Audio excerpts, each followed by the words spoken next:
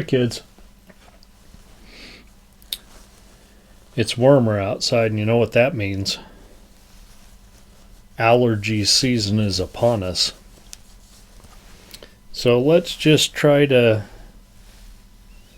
get through this before the snot is running down and smearing my makeup.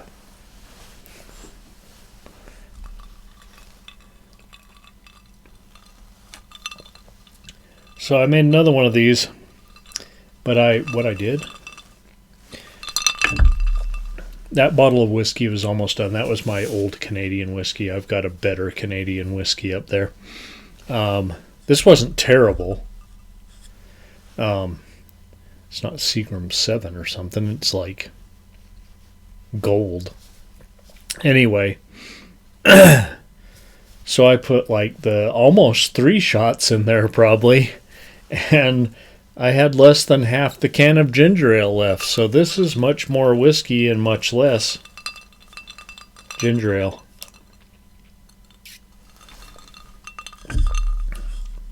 And still tasty and refreshing. Okay. Part 2. We're not staying in the 50s. We're moving into the 70s. Kind of a 50s movie in the 70s. This is Night of the Lepus. Yeah, I had to look that up. There was no limit to the horror. No end to the Night of the Lepus. Okay. MGM presents. What do we got here? Stuart Whitman, Janet Leigh, Rory Calhoun. Screenplay, blah, blah, blah. Yeah. Janet Leigh and Rory Calhoun. We're in the big time here.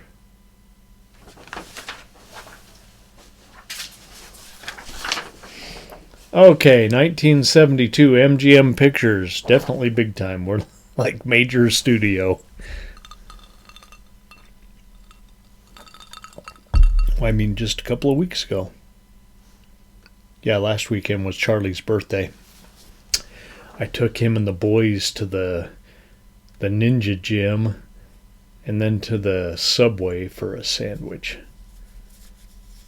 I spent $80 at the Ninja Gym and $80 at the Subway.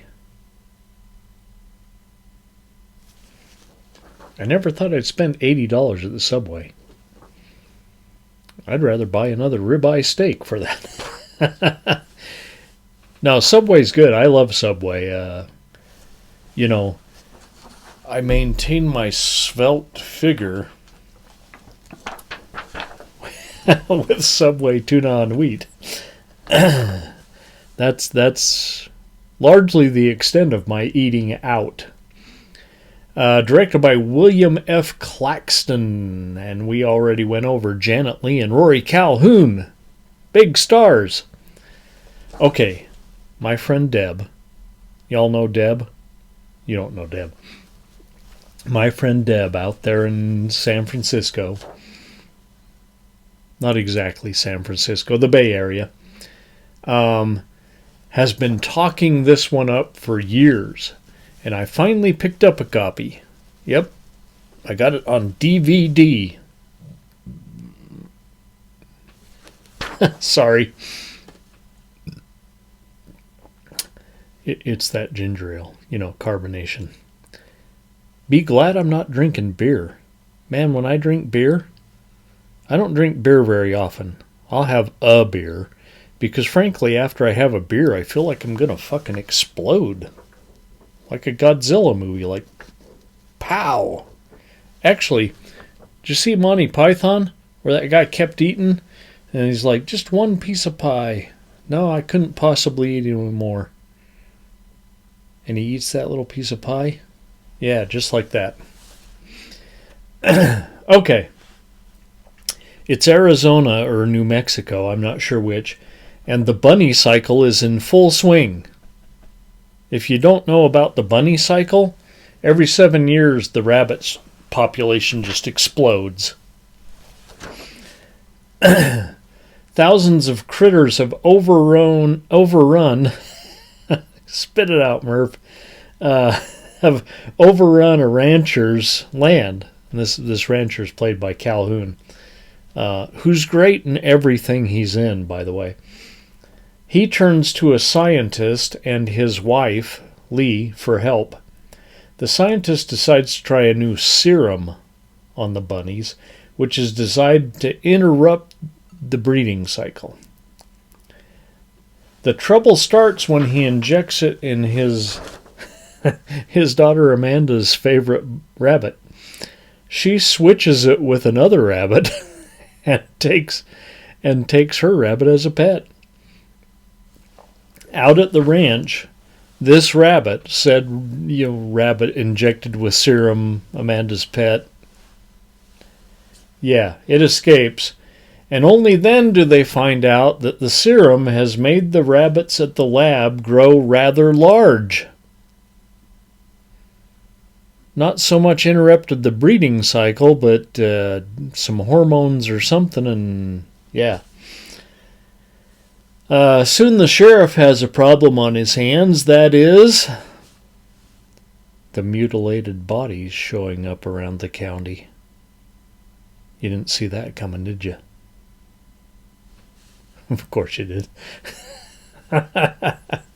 A miner, a trucker, both killed. And then the rancher, Calhoun, is forced from his land by a stampede of overgrown, bloodthirsty bunnies. That's right. The Lepus, that's Latin here, I wrote, continue their rampage, killing the operator at the general store, and then they head straight for town. What's a scientist to do? Just like the last picture, they tried dynamite. Well, they've already tried dynamite and it didn't work.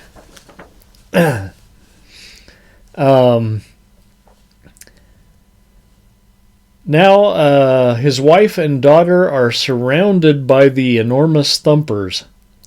She is forced to ward them off with flares until he can rescue them via helicopter. I did mention that this is 1972 MGM Pictures. In the 1970s, we had to have... Remember we had the William Girdler double feature? We talked about how they had to have a helicopter. And William Girdler even died in a helicopter.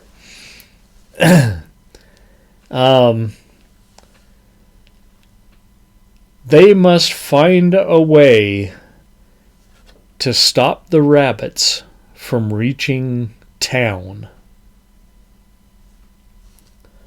Okay. I got dramatic there for a second. I know it sounds terrible, and yes, there are some laughable effects. I'm not going to lie. This really is like a 50s giant animal movie made in the 70s. But more often than not, the bunnies look real and huge against fairly realistic miniature sets. So they went the Godzilla route here, and they built miniature sets for real bunnies to trample. Once again, the story was tight and quick-paced, and it really did draw you right in. I know it sounds ridiculous, but it did. Much more effective than the 50s versions of its kind, Tarantula and, say, the Deadly Mantis. But definitely in the same page. I'm willing to say that William F. Claxton here was paying homage to the giant creature features of the 1950s. And once again, You're supposed to go behind me over there. Once again, feature 2, a 4-ring circus. And yes, this one might even be better than the craft. So there, kids. Okay. Let's have a sip of our horse's neck. I looked up the other drink, and it's called a peach bee's knees. So what we're going to do, I'm going to have a couple of these while I edit this mess. I don't have the peach syrup, but guess what? I have some peach liqueur. So we're going to use that instead. You know, whenever in question, just add more alcohol. So we're going to have gin and lemon juice. I'm going to use this lemon that I peeled the peel off of. I'm going to squeeze that and get us a shot of lemon juice. And then we're going to put a shot of that peach liqueur in there, and fuck it, you know, that's a peach bee's knees in my book. All right, let's see what we got for next week. Y'all are tired of me rambling on.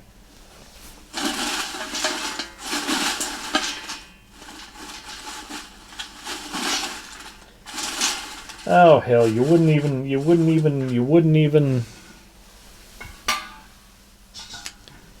still be watching this show if you weren't tired of me rambling on. I mean, if you were tired of me rambling on, because that's what I do.